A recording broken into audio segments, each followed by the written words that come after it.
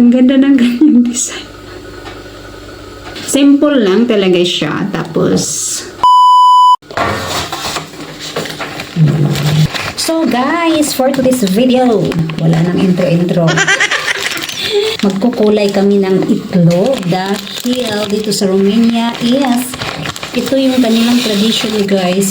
Pag during Easter, gumagawa sila nito. Nagkukulay, ganyan. Kulang na lang kulayan ang itlog ng asawa ko. Hugasan ang itlog ng aking asawa. Ang mga bata, pumupunta bahay-bahay. Oo, nangihingi sila ng itlog. Yung pera, regalo. Ganyan. Kaya naghanda na lang din kami. So, tama na yan, 12. So, rinse lang na siya. Ano yun? Parang liki. Ito yung ating stocking. Maganda pa sana. Pero, kailangan ko eh. So, sirain na natin. Mayroon ako ditong mga damo-damo. Kasi ito yung gagawin kong dekorasyon. Yeah. At ito ang tali. Kasi kailangan natin ng tali. Papakita ko sa inyo guys paano magbalot nito. So, unang-una, kailangan ato ni siyang guntingon, okay? Kaluoy sa akong stocking. Bago pa yan, guys. Hindi magandang gunting. So, ganito mga inday, mga dudong ang ating buhatin. Diba? So, isulod na to ang atong itlog, okay? Ibalot kasi. Tapos, itong itlog, guys, kailangan lagyan mo siya ng mga dahon-dahon or anong mga klaseng, for example, ito guys, ito yung gusto kong i-design. So, dito na siya sa ilalim. Kita niyo man na. Talian. Ito, mayroon akong pangtali dito guys. Mabilis lang to. Gaganyan mo lang siya. Tapos, itatali. So, ganyan siya. Okay? Ayan na. Natali ko na. Okay, that's it.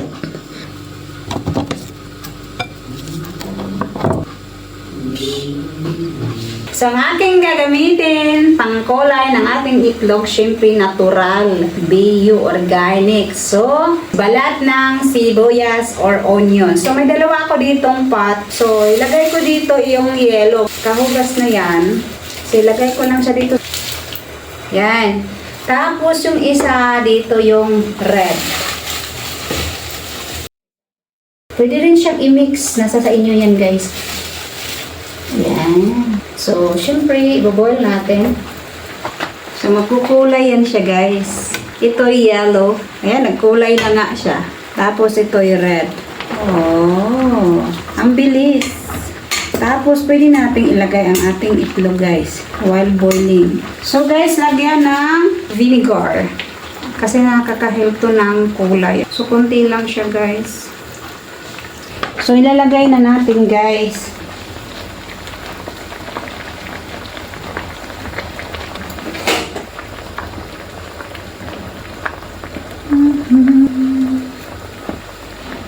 So, may dalawang naiwan. Pakuluan natin guys ng mga ilang minuto. 5 to 10 minutes. Nagkakulay na nga yung ating itlog. So, naging red na rin siya. Ito yung yellow. So, pwede natin siyang tanggalin. Okay?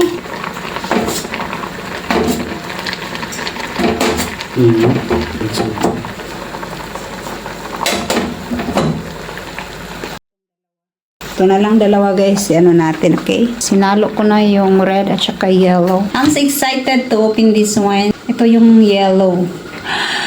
So, ito na guys! Ang galing! Hindi na ako bumili ng pangkulay sa tindahan. Nakatipid tayo. So, ito yung mga bushes lang guys sa garden nakita ko. Pero look, ang ganda ng design na. You can make it at home. Yeah, basta masipag lang kayo. Ayan o.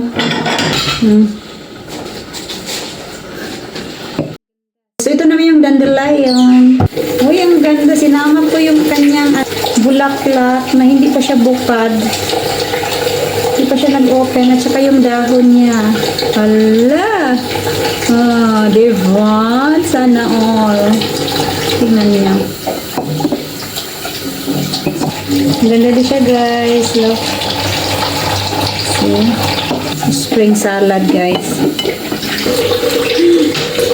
Ang ganda pala. Maganda din siya. Wow, ang ganda sa parsley. It's making nice patterns. So, dalawa na lang guys ang ating antayin.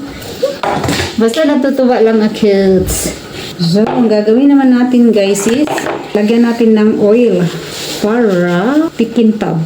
Kintab niyo siya guys, pakintab. Para presentable, tingnan. Salaya.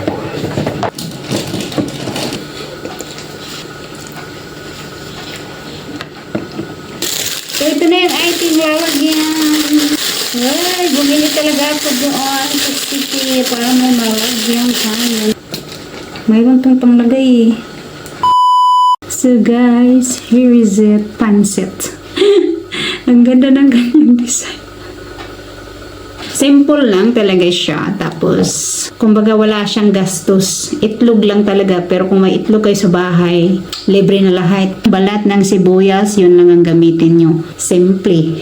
So, I hope you enjoy watching sa ating video. And thank you so much for watching. And happy Easter. God bless everyone. Bye-bye.